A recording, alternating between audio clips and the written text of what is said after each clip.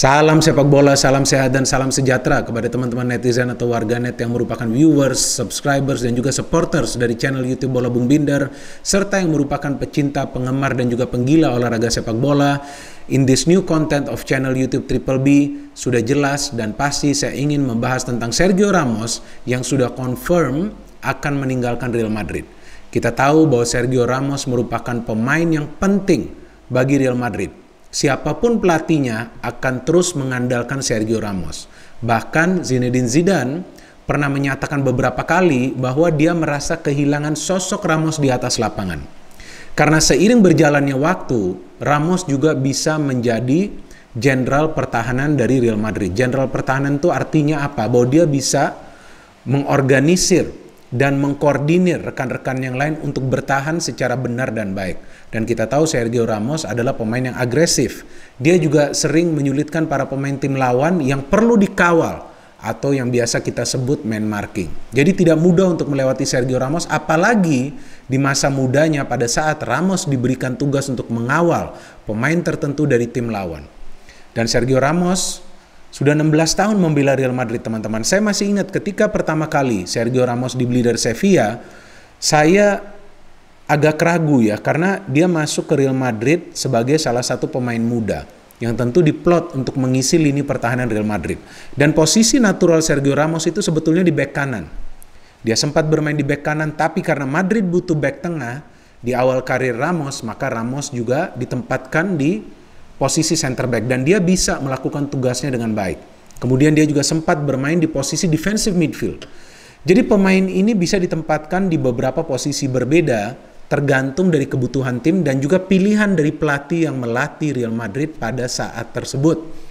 Dan juga yang menariknya bahwa Sergio Ramos ini sebetulnya mewarisi nomor jersey dari Fernando Hierro yang kita tahu juga salah satu pemain terbaik dari Real Madrid yang berada di lini pertahanan. Fernando Hierro bahkan berhasil membawa Real Madrid menjadi juara La Liga 5 kali, kemudian saya kira Champions League 3 kali. Jadi untuk menggantikan posisinya itu adalah tugas yang berat. Tapi Ramos bisa mampu melakukan hal tersebut secara konsisten dan untuk jangka waktu yang lama. Sehingga kepergian Fernando Hierro tidak terasa di skuad Real Madrid. Padahal Fernando Hierro juga adalah inspirator. Dan juga sama seperti Ramos, seiring berjalannya waktu, selama membela Real Madrid 14 tahun, Fernando Hierro juga menjadi pemain yang bisa mengorganisir dan mengkoordinir rekan-rekan yang lain untuk bertahan secara benar dan baik. Jadi memang ada kemiripan nih antara Ramos dan juga Hierro. Bedanya bahwa Ramos lebih agresif dan bedanya bahwa Hierro gemar membantu dalam urusan membangun serangan bagi timnya. But Ramos is a special player. Saya jarang melihat ada pemain seperti Ramos yang bermain dengan dedikasi luar biasa membela klubnya. Dan kita juga bisa perhatikan bahwa Ramos sering menjadi striker pada saat Real Madrid tuh ketinggalan. Ini sebuah hal yang unik karena dia kan kita tahu posisinya adalah central defender dan dia banyak mencetak gol-gol krusial bagi Real Madrid. Salah satunya adalah yang saya ingat lawan Atletico Madrid di pertandingan final Champions League di mana pertandingan sudah melewati 92 menit sekian detik, Ramos mencetak gol dari sepak pojok dengan akhirnya memaksa pertandingan tersebut untuk diperpanjang dan kemudian pemenang ditentukan dari kontes adu penalti dan pemenang tersebut adalah Real Madrid. Jadi tentu peran dari Ramos ini ya perlu diapresiasi ya oleh klub. Tapi ya memang kita tahu juga di saat memang kondisi keuangan dari Real Madrid sudah tidak sehat seperti sebelumnya karena pandemi, ya mereka juga mempertimbangkan gaji yang diminta oleh Sergio Ramos yang kabarnya tidak bisa dipenuhi oleh manajemen Real Madrid. Sayang sekali teman-teman, karena menurut saya bahwa Ramos ini adalah pemain yang masih dibutuhkan oleh Real Madrid. Ini menurut saya, tentu teman-teman punya pemikiran yang berbeda. Silakan kalian nanti bisa memberikan komentar di kolom komentar di bawah konten ini. Tapi menurut saya Sergio Ramos masih dibutuhkan dalam masa transisi. Real Madrid melakukan generasi di lini pertahanan mereka. Jadi di masa transisi Real Madrid sebetulnya membutuhkan sosok pemimpin. Dan sosok pemimpin itu menurut saya adalah Sergio Ramos.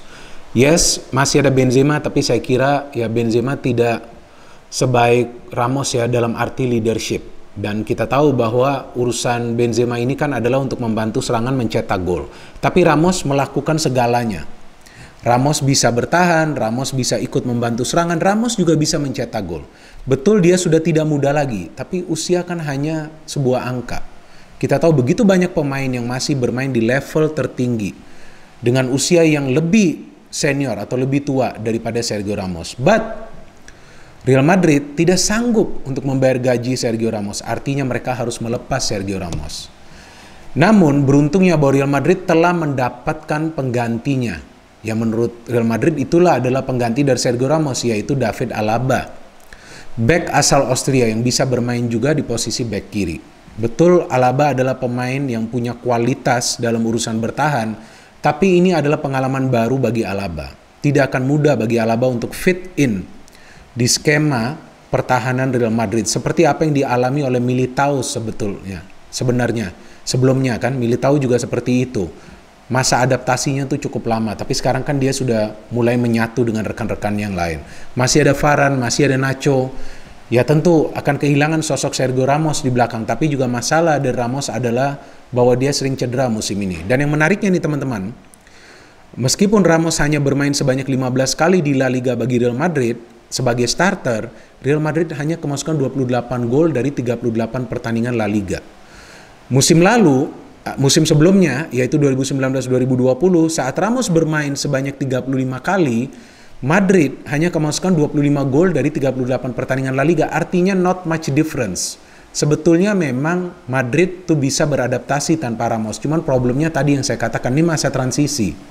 Contoh seperti Barcelona yang betul-betul menahan Messi agar tidak meninggalkan Barcelona dulu, karena masih dalam masa transisi, dibutuhkan sosok pemimpin, dan pemimpin itu adalah Messi. Dan ternyata betul kan apa yang saya katakan, bahwa Messi harus stay dulu di Barcelona.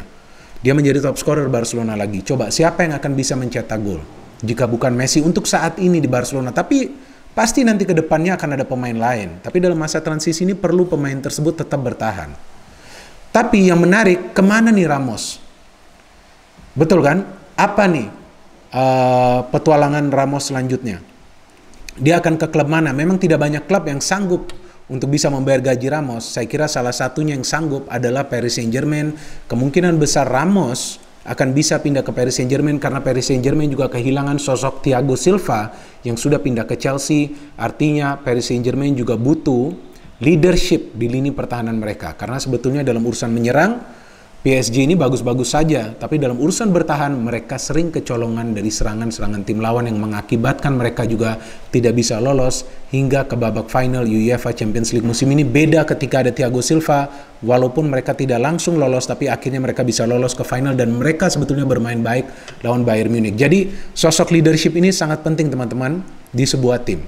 So we hope for the best untuk Sergio Ramos, dan tentu kita harapkan bahwa Real Madrid bisa juga nantinya mendatangkan pemain baru di lini pertahanan, karena dengan sekarang hengkangnya Ramos dan juga kita tahu dengan masih berada dalam situasi pandemi, ya tentu nanti bisa saja ya jika nanti ada pemain yang cedera dan tidak sehat dan tidak ada backup, ya nanti akan sulit lagi bagi Carlo Ancelotti. Zidane bisa mengatasinya, tapi belum tentu Ancelotti bisa mengatasi apa yang dialamin oleh Zinedine Zidane.